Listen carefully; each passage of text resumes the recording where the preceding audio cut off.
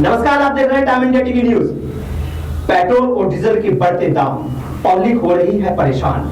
इसी पर बात करने के लिए हमारे साथ 4 लोग मौजूद हैं। हमारे साथ मौजूद है कपिल परशुराम, कांग्रेस से। दूसरे नंबर पर हमारे साथ खड़ी है रंजना चौधरी, जो कि आम आदमी पार्टी से आती है। तीसरे नंबर पर सूर्यकांत जी हमारे साथ मौजूद है, जो कांग्रेस से हैं। और चौथे नंबर पर जो खड़े हैं वो बहुत ही खास शख्सियत है, सुशील चौधरी जी, जो कि हिंदू युवा वाहिनी से आते हैं। सर, आपका बहुत बहुत स्वागत है। सबसे पहले मेरा सवाल होगा कांग्रेस के जो सूर्यकांत जी है आपसे। सूर्यकांत जी, जैसा कि लगातार डीजल और पेट्रोल पर दाम बढ़ रहे हैं और एक ही महीने के अंदर फरवरी में गैस पर, एलपीजी पर भी 2 बार दाम बढ़ चुके हैं। एक बार 50 रुपए बढ़े, एक बार 25 रुपए बढ़े। तो क्या कहना है इसको लेकर आपका? सबसे पहले आप सभी को मेरा नमस्कार। और आज हम यहाँ महंगाई पर चर्चा कर रहे हैं, पेट्रोल और डीजल पर चर्चा कर रहे हैं। जुबेर जी, आपने बताया फरवरी में 2 बार। मैं आपकी बात को थोड़ा सा नकारात्मक तरीके से कहता हूं कि 2 बार नहीं सर, 1.5 महीने में 4 बार। 1.5 महीने में 4 बार। दिसंबर में 2 बार 50-50 रुपए बढ़े, फरवरी में 25 रुपए और 50 रुपए 15 तारीख तक बढ़े। 175 रुपए का सिलेंडर आज हमारे दिल्ली में गृहिणियां ले रही हैं और गरीब आदमी ले रहा है। और मैं बताना चाहता हूं कि आज जो उज्ज्वला योजना हमारे केंद्र सरकार ने लागू करी थी, वहां पर वो महिलाएं सिलेंडर ले नहीं पा रही हैं, वापस वो चूल्हे पर आ गई। बिल्कुल सही बात है। तो मैं इसके साथ साथ, आपके सिलेंडर के साथ साथ मैं बताना चाहता हूं कि पेट्रोल के दामों में वृद्धि किस प्रकार से हो रही है। आज पूरा हमारा जितना भी मजदूर वर्ग उससे पीड़ित हो रहा है, मध्यम वर्ग उससे पीड़ित हो रहा है और पूरा देश उससे पीड़ित हो रहा है, क्योंकि मालवाहक जितने भी वाहन हैं उन पर डीजल का यूज होता है। और डीजल यूज होने की वजह से आज पूरे मालवाहक वाहनों की जो रेट में फर्क आएगा, उससे पूरे भारत में वस्तुओं पर फर्क पड़ेगा। हमारे सब्जियों पर उसका फर्क पड़ेगा, अनाज पर उसका फर्क पड़ेगा। हर साधन जो भी हमारे हमें यूज करने होते हैं, उन सब पर उसका भारी असर देखने को मिलेगा आने वाला समय। सुशील जी, आपसे हमारा सवाल होगा, जैसे इन्होंने अभी बताया कि जो ट्रांसपोर्ट का खर्च बढ़ जाएगा क्योंकि तेल बढ़ने से, बिल्कुल सही बात है। कहीं ना कहीं अगर तेल में वृद्धि होगी तो ट्रांसपोर्ट में भी वृद्धि करनी ही पड़ेगी, जाहिर सी बात है। तो क्या लगता है आपको, कौन इसका जिम्मेदार हो सकता है? क्यों महंगाई इतनी तेल पे बढ़ रही है? हालांकि जब ऊपर से तेल, अगर हम कच्चे तेल की बात करें, वो सस्ते दामों पर दरों पर खरीदा जा रहा है, तो फिर पेट्रोल और डीजल पे क्यों लगातार ऐसी वृद्धि हो रही है? क्या कहा इसमें ऐसा? देखिए, सूर्यकांत जी मेरे बड़े भाई हैं, 1 आध साल बड़े हैं मेरे से और बहुत पुराने अनुभवी भी हैं और जानकार भी हैं जी जी। तो मैं एक चीज बताता हूं आपसे, मैं प्रैक्टिकल अनुभव की बात करता हूं। आपने जिस दिन मुझे फोन करके बताया भी महंगाई पे एक बात करनी है, जी जी। डीजल पेट्रोल भी उसमें है साथ में। सबसे पहले तो मैं प्रैक्टिकल आपसे बात करता हूं कि 2004 का से लेकर के और 2020 तक के आंकड़े, मतलब 21 समझ लीजिए आप। मैं आप में बीच बीच में कुछ आपको बताऊंगा जिसकी मैं 100% सत्यता की गारंटी देता हूं।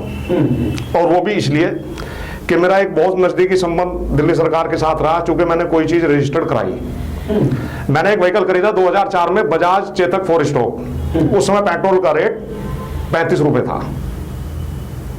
आप मानते हो जुबेर जी इस चीज को? उसके बाद में 2013 यानी सरकार बदलने का समय, फिर मैंने एक दूसरा व्हीकल खरीदा नवंबर में। उस समय पेट्रोल का रेट 77 रुपए को छूता हुआ था। आप इस चीज को स्वीकार करते हो? अब दूसरा फैक्टर ये आता है, जैसे भाई जी कह रहे हैं कि वो शायद नहीं बोल पाए, अब बोल रहा है, वो आपको पता है, इनको सभी भाइयों को पता है कि एक बैरल के रेट की बात आती है। आप उस चीज को समझिए, बैरल के रेट की जो बात आती है वो भी अपने आप में तर्कसंगत है। लेकिन मुझे कोई भी सरकार आज तक की ये बताइए, आप इतने लंबे समय कांग्रेस ने शासन करा और भी सरकारें मेरे ख्याल से तो खैर नहीं के बराबर आई हैं, किसने एक बार भी बढ़े हुए रेट को वापस कभी एक्सेप्ट करा है? या मार्केट में 99% की गारंटी देता हूं मैं। तो ये इसमें बड़ी समस्या रही है कि बढ़े हुए रेट किसने वापस नहीं करे। दूसरी चीज, आज जो देश के अंदर चल रहा है मोदी जी के नेतृत्व में, बिल्कुल ईमानदारी की बातें हैं। आप सड़कों का जंजाल देखिए, आप पूरे देश के अंदर दो बड़ी बीमारी से हम गुजरे हैं, महामारी से गुजरे हैं। सड़कें थी, वो स्पीड की सड़कें नहीं थी, वो चीजें नहीं थी, कटु सत्य, कटु सत्य। ये मैंने नहीं कहा हवा में चलते थे, ये मैंने नहीं कहा, ये तो आप बोल रहे हैं हवा में चलते थे। फिर क्या सर, आप क्या ये कह रहे हो ना, वो नहीं थी, वो चीजें नहीं थी। और सबसे ज्यादा एक सवाल का जवाब मैं आपको और दूंगा। सबसे ज्यादा, मैं ज्यादा नहीं बोलूंगा इस चीज पे, कि सबसे ज्यादा देश, आप समझ सकते हो पूरा विश्व एक महामारी के दौर से गुजरा है। ऐसी व्यवस्था में ये सब उथल पुथल होना स्वाभाविक सी बात है। सारी चीजें देश को पैसे की जरूरत होती है। 80 वसूला जाएगा क्या? ये तो आप स्टेट गवर्नमेंट से पूछ लीजिए, कम करा दीजिए। मैं कहना चाहूंगा कि कांग्रेस की सरकार के दरमियान 1913 में जी 1913 कह रहा हूं, सॉरी, 2013 में कांग्रेस के समय में जब भी पेट्रोल के दाम ऊंचे हुए तो ऊंचे भी हुए और नीचे भी हुए। आप गलत कह रहे हैं, ये आपका तर्क गलत है। कांग्रेस के समय में पेट्रोल के दाम कम भी हुए थे। और मैं आपको ज्ञात दिला दूं कि जब 77 रुपए पेट्रोल की बात आप कर रहे हैं, उस समय पे हमारे माननीय प्रधानमंत्री मनमोहन सिंह जी कांग्रेस के हुआ करते थे, और उन्होंने प्रति बैरल $108 प्रति बैरल खरीदकर 77 रुपए पे पेट्रोल को बेचा है। उन्होंने एक्साइज ड्यूटियां इतनी नहीं थी जितनी आज हैं। आज हम एक्साइज ड्यूटियां लगाकर ही जितना भी आज बैरल का तेल बैरल आ रहा है, 62 रुपए, 62 रुपए सर बोलने दीजिए आप, $62 प्रति बैरल हम आज हिंदुस्तान में कच्चा तेल खरीद रहे हैं। और आज हम 90 करोड़, कहीं 100 करोड़, पूरी इंडिया में 100 का भी भाव चल रहा है। आज दिल्ली में 90 रुपए 64 पैसे के खिलाफ 90 रुपए 64 पैसे लीटर तेल हम खरीद रहे हैं। तो ये आप तर्क दे रहे हैं कि कोई भी ऐसी सरकार बताइए। मैं बता रहा हूं, कांग्रेस के समय में जब कम हुआ था तो कम भी किया गया। आपने देखिए कोरोना के टाइम में 29 रुपए बैरल, $29 प्रति बैरल तेल खरीदने के बावजूद भी हमें हिंदुस्तान को तेल के रेट क्या कम किए। आप याद कीजिए 2013 में जब आपकी सरकार 14 में आई, आपने 13 में प्रदर्शन किए, आपने 13 में प्रदर्शन किए। बोलने का मौका दें मुझे, मैं उनके बीच में नहीं बोलना चाहता, बड़े भाई के बीच में बोलना नहीं चाहता। श्रीमती हमारी जो केंद्रीय मंत्री जो हमारी स्मृति ईरानी जी, हमारे अग्रवाल जी, हमारे माननीय प्रधानमंत्री जी, जिन्होंने कहा था कि मेरी सरकार बनवाइए, मैं 35 रुपए 40 रुपए लीटर तेल दूंगा, लेकिन क्या 40 रुपए तेल दिया? जबकि वो प्रदर्शन कर सिलेंडर लेकर सड़कों पर बैठे थे, पेट्रोल के बारे में बोले थे कि हमारी सरकार, आपकी सरकार जो है बार बार कह रही थी कि 100 दिन में जुबेर जी हम 40 रुपए प्रति लीटर देंगे। क्या दिया? जुबेर जी मैं कुछ बोलना चाहूंगा, मैं आज आपके माध्यम से बताना चाहता हूं। भाई साहब को रोकिए, मैं कुछ बोलना चाहूंगा। सुशील जी को कहने दीजिए। देखिए मेरा एक और मानना है, पूरे मैटर में, शॉर्टकट में बात पूरे मैटर में अगर जो विचारधारा मिल रही है हमारी सूर्यकांत जी के से जो हमें मिल रही है, वो साइड में सपोर्ट विचारधारा मिलेगी, आप मान सकते हो इस चीज को। ये बात बिल्कुल क्लियर है। मैं आपको बताता हूं भाई साहब कि अभी बड़े भाई ने बात करी है मनमोहन सिंह जी सरकार की 2013 की, और उतनी सारी बातें हुई हैं। मुझे सिर्फ एक बात आप बता दीजिए कि उससे पहले 2013 में कांग्रेस के इस शासन 70 साल के साल में कभी कोरोना आया था क्या, जिस समय सरकार की व्यवस्था और सारी व्यवस्थाएं ही बंद हो गई? उस समय आप कह रहे हो कि बैरल सस्ता हो गया, बैरल सस्ता हो गया, उस समय आप बोल रहे हो बैरल सस्ता हो गया। पूरे विश्व की व्यवस्था, कांग्रेस के टाइम में ब्रेक भी आया व्यवस्था भाई साहब, कांग्रेस के टाइम में ब्रेक भी आई, कितनी महामारियां आई, इतने बड़े स्तर की, इतने बड़े स्तर की, जिनको राष्ट्रीय इतने बड़े स्तर की, मुझे बता दीजिए आप, मेरे बड़े भाई की उम्र भी लगभग मतलब 58 साल हो रही है बड़े भाई की, और मुझे ये बताइए कि आपसे पहले जुबेर जी ऐसे नहीं, आपसे पहले लॉकडाउन कब लगा? आपने उसकी तुलना एक छोटी सी महामारी से करी, उसमें लॉकडाउन कहां लगा किसी में भी कि पूरा विश्व बंद हो गया हो? जो तुलनात्मक बात आप कर रहे हो वो मुझे बताइए आप। तो सुशील जी आप बताइए, सारी व्यवस्था, मैं कहता हूं सारी व्यवस्था चला गई कांग्रेस, और ऐसे में महामारियों को, जिनको महामारियों का रूप दिया गया, महामारी दी गई, इतने बड़े पैमाने पे नहीं थी जो विश्व को हिला के चली गई हो, वो कोरोना था। कोरोना से आप महंगाई को क्यों काउंट कर रहे हैं? महंगाई कोरोना के बाद में हमारे हिंदुस्तान में बेरोजगारी नहीं आई, सबको हम परेशान नहीं है क्या? सर मुझे एक बार रंजना जी से बात कर लेने दीजिए जरा, ये दो और है हमारे साथ, इनको भी जोड़ लेते हैं। रंजना जी, क्या लगता है आपको, जिस हिसाब से क्या जिस रेशो में तेल पर रेट बढ़ रहे हैं और कच्चा रेट जिस कच्चे रेट पे जो है, कच्चे तेल के जो रेट हैं जिस रेशो में वो खरीदा जा रहा है, क्या उस रेशो में रेट बढ़ पा रहे हैं तेल? जैसा कि हमारे सुशील भाई आपको बता रहे हैं कि कोरोना की महामारी के कारण, मैं पूछती हूँ, जनता द्वारा चुनी गई ये सरकार है, तो सरकार दमन कर रही है या मदद कर रही है? 20 करोड़ अगर दे दिए होते तो तेल का रेट बढ़ा दिया होता। कोरोना में व्यवस्था तो कर नहीं पाए, तो लोगों को बेरोजगारी में ये कौन सी अव्यवस्था दे रहे हैं वो लोग? आखिर क्या साइकिलों पर चलना शुरू कर देंगे बेरोजगारी में? और सारे बिजनेस जब बंद हो गए हैं तो ये पेट्रोल और डीजल बढ़ा के चाहते क्या है करना? मैं ये सवाल पूछना चाहती हूँ, ये सरकार क्या चाह रही है? देखिए, जहां तक बेरोजगारी की बात हुई है, इसमें 70% तो मैं मान सकता हूं कि उसका एक ही मुख्य कारण है कोरोना काल। तो क्या सरकार की जिम्मेवारी नहीं? आज भी इंडस्ट्री में आपको बता दूं, पूरी छूट सरकार की, इंडस्ट्री खोलना नहीं चाहते। क्या इस पेट्रोल और डीजल के रेट बढ़ा देने से बेरोजगारी खत्म हो जाएगी? अगर 20 करोड़ रुपए दे दिए होते तो जनता आज मोटरसाइकिल चला भी लेती और ट्रांसपोर्ट यूज भी हो जाता। उस 20 करोड़ का भी तो हिसाब नहीं है सर। इतने देखो, ऐसा ये कोई जिम्मेदारी किसी सरकार की नहीं है, ना कोई सरकार जिम्मेदारी इस चीज को उठाती है। कौन सी सरकार इस चीज को उठा रही है? केजरीवाल जी ने ये बोला था चुनाव से पहले, केजरीवाल जी ने बोला चुनाव से पहले दिल्ली का खजाना भरा हुआ। कांग्रेस को क्या दिया कि रेट वापस आपने मुद्दे को भटका दिया, आप बिजली का रेट आपने मुद्दे को भटका दिया। भटकाने वाली बात क्या है? जहां आपका जवाब नहीं बनता, बेरोजगारी से देखो, आप जो है ना महंगाई से बेरोजगारी पे, इस कोरोना काल में जनता के लिए क्या अच्छा किया है? अगर केजरीवाल जी, अगर अमित शाह जी मदद नहीं करते ना तो केजरीवाल की, तो केजरीवाल जी की हालत ये हो गई थी दिल्ली के अंदर। सरदार वल्लभ भाई वहां पे जाके देखिए, जो एयरपोर्ट पे बना हुआ है, आप उसी को देख लीजिए, उन्होंने मदद करी है। जब जाकर केजरीवाल की तो मनीष सिसोदिया जी ने 5,50,000 केस होने का दावा कर दिया था 1 महीना पहले। अगर वो मदद बताना चाहता हूँ, अगर बेरोजगारी की जो कोरोना की बात करी जा रही है, बेरोजगारी के लिए मैं कहना चाहूंगा, सवाल ले लीजिए। पहले एक बार सबसे बात कर लेता हूँ कपिल जी, जैसा कि तेल पर लगातार रेट बढ़ते जा रहे हैं और कई स्टेट में ऐसा भी है कि 100 के पार तेल पहुंच चुका है, प्रीमियम पेट्रोल की अगर मैं बात करूं 100 के पार पहुंच चुका है, तो क्या लगता है आपको ऐसी हालत बनते रहे तो कैसा हो सकता है फिर आगे? बिल्कुल जी, कई स्टेट में पेट्रोल का रेट 100 के पार जा चुका है।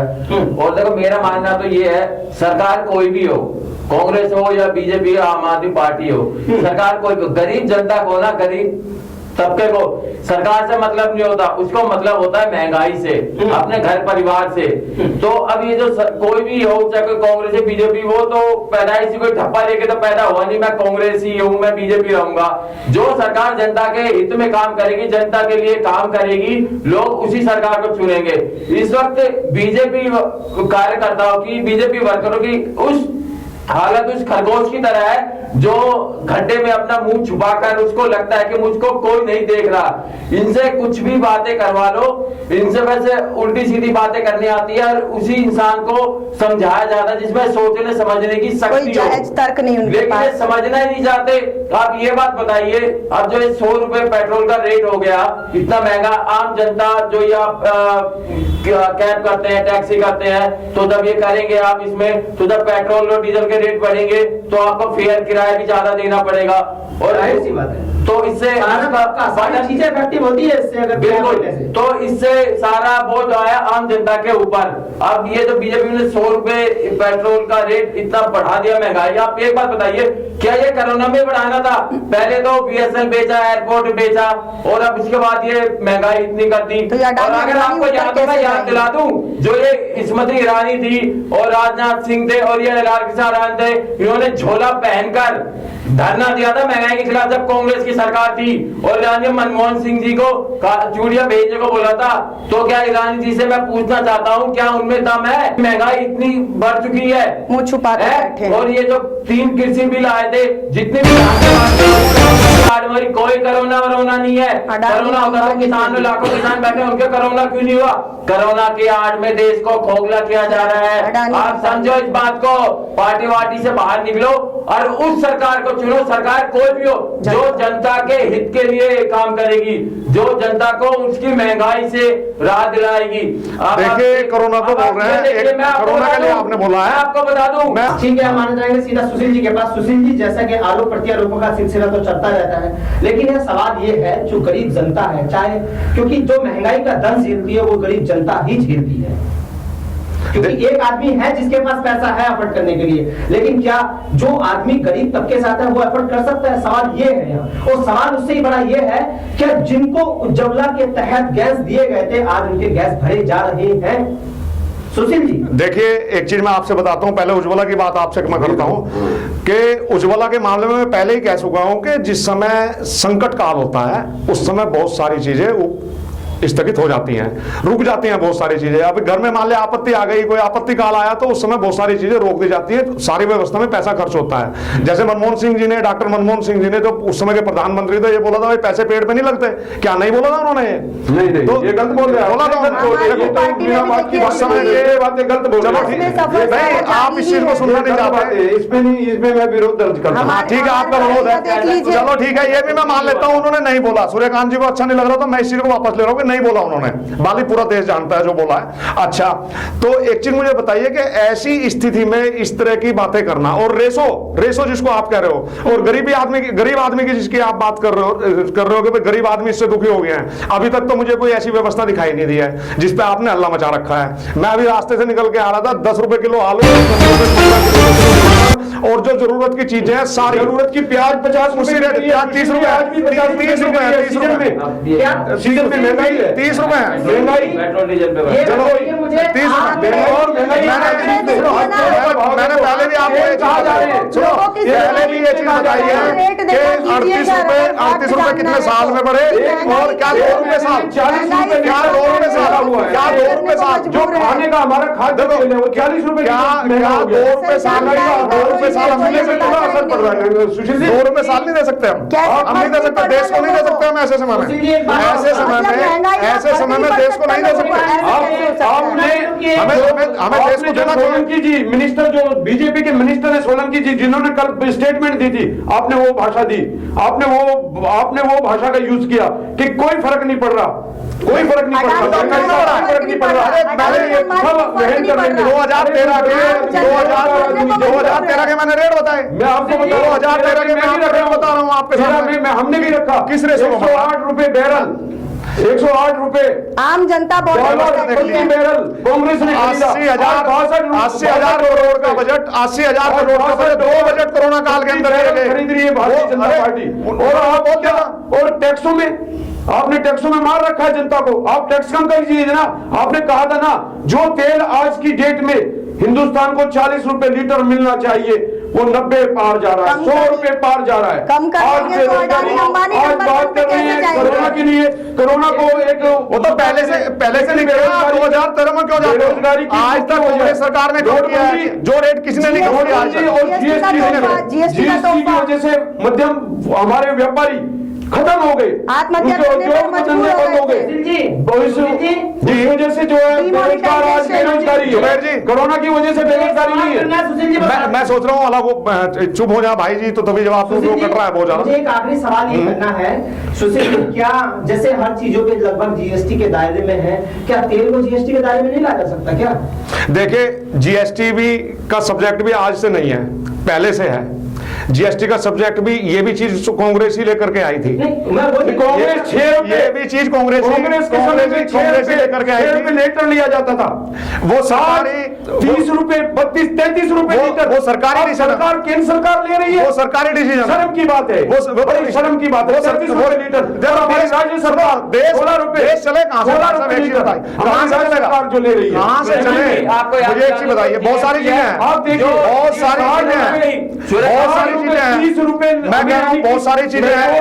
आज आप अपनी सेना की हालत देख लीजिए, आप सेना की हालत देखिए, रोड मैप देख लीजिए आप। जीएसटी है कांग्रेस ही लेकर आ रही थी, लेकिन उसका विरोध मोदी जी ने सबसे पहले किया था। ये तो विपक्ष का काम है, अरे कब विरोध करना है आप तो, ये तो विपक्ष का काम है, सदियों से विरोध करना विपक्ष का काम रहा है। मोदी जी तुम्हारे में दम होना चाहिए, अगर आप में ताकत है, विपक्ष में ताकत हो तो इसको लेकर के धरना दीजिए। पेट्रोल के रेट को वापस करा दीजिए। हमारी तैयारी है। सुनो, पेट्रोल के रेट को वापस करा दीजिए। कांग्रेस वो तो करेंगे इस तरह यूथ कांग्रेस ने एक बड़ा धरना किया। उन्होंने कल देखना है, महंगाई के खिलाफ उन्होंने देश को देखना है, कल देखना है, कल देखना है उन्होंने। ऐसा नहीं है। इंडियन यूथ कांग्रेस ने एक विचारधारा रोड पर धरना दिया था। हाँ, वो पेट्रोल और डीजल के खिलाफ। अरे ये देश में, पूरे देश के अंदर किसान आंदोलन के नाम पे भी कांग्रेस ही चल रही है।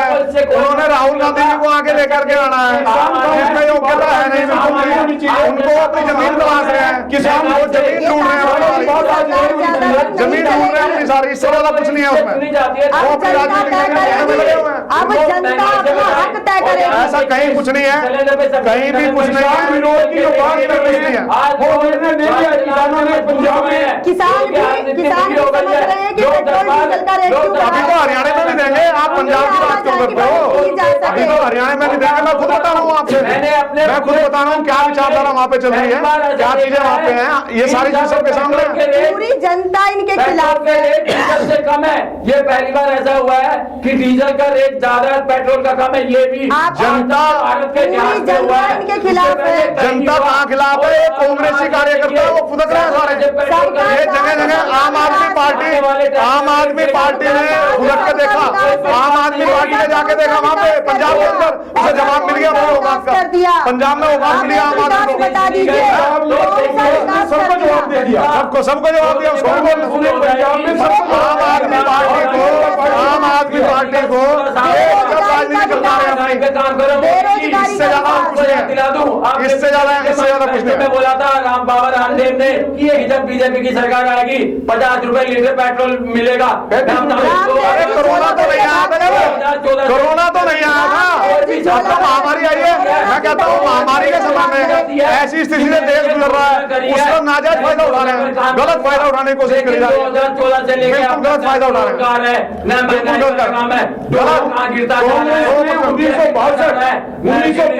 अभी देखो कांग्रेस से 2 प्रवक्ता बोल रहे हैं, तीनों आप समझ। कोई विकास नहीं हुआ है। मैं तो बीजेपी ने देश को खोखला कर दिया, बेच दिया है। हमें फर्क नहीं पड़ता इसी का, हालत हो गई कुछ है। भी नहीं मिला है। रक्षा है, देश को लूटने वाले बिक रहे हैं, देश को लूटने वाले बिक रहे हैं, उनकी राजनीति खत्म कर दी है नरेंद्र मोदी ने। सरकार है, तानाशाही की बेईमानों की राजनीति खत्म करी है मोदी जी ने, बेईमानों की राजनीति खत्म करी है। रुकिए कपिल जी, सुशील जी, आखिरी सवाल और प्रोग्राम बंद करते हैं, पूरा टाइम हो चुका है। बीच में कोई नहीं बोलेगा। हाँ, मैंने आपसे पहले भी बोला था, मैंने आपसे पहले बोला बीच में कोई नहीं बोलेगा। सुशील जी, आप ये बताइए, हाँ जी, रेट बढ़ रहे हैं, क्या आप इन डीजल पेट्रोल के रेट बढ़ने से खुश हो? आपको कोई समस्या? अगर मेरी समस्या सुनते हो तो मैं बताता हूँ अपनी समस्या। मुझे कोई फर्क नहीं पड़ रहा। टाइम आपके पास। हाँ, मैं बताता हूँ, मुझे कोई फर्क नहीं पड़ रहा। 150 रुपए तक भी तेल होगा तो लेंगे, अगर उससे ज्यादा हुआ तो बिजली बैटरी वाली स्कूटी ले लेंगे, लेकिन मोदी के साथ रहेंगे, लेकिन मोदी जी के साथ रहेंगे, मोदी जी के साथ रहेंगे, राष्ट्र के साथ रहेंगे, सेना के साथ रहेंगे, राम मंदिर के साथ रहेंगे, धारा 370 के साथ रहेंगे, 3 तलाक के साथ रहेंगे, देश के साथ रहेंगे, राष्ट्रवाद के साथ रहेंगे, आतंकवादियों के साथ नहीं रहेंगे, सरकारों के साथ नहीं रहेंगे, कुर्सीदारों के साथ में नहीं रहेंगे। हम तो एफिडेविट भर के दिए हुए हैं। आपने कहा हाँ जी, 150 रुपए तक तेल का रेट हो जाता है तो मैं तब भी ले लूंगा। हाँ जी, आप ले सकते हो जी, आपके पास काम होगा जी। जिनके पास काम नहीं है, जो गांव में रहते हैं, किसान है, उनका क्या होगा? आपने सोचा नहीं? मुझे एक चीज बता दिया, आपने किसानों की बात करी। आपने किसान भाई को आप गरीब मानते हो, मैंने आपकी बात सुन ली। अब मैं आपको एक आंकड़ा बताता हूँ, बड़े आंकड़े, कुबेर जी बहुत आंकड़े लाते हैं।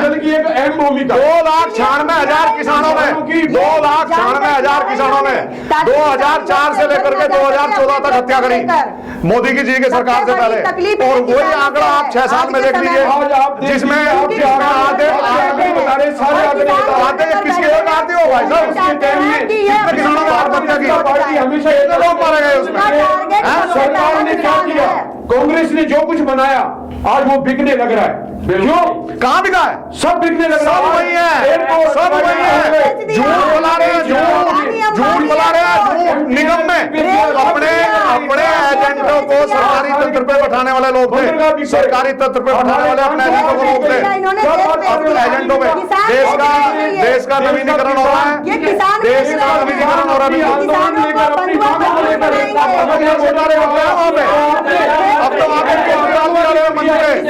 मंच पे जा रहे हैं केजरीवाल जी, अब तो राहुल गांधी जी जा रहे हैं, अब तो प्रियंका गांधी जी भी जा रही है वहां पे। अब तो एक पार्टी का आंदोलन बचा हुआ है, कांग्रेस का बेरोजगार कर दिया, पार्टी का आंदोलन है।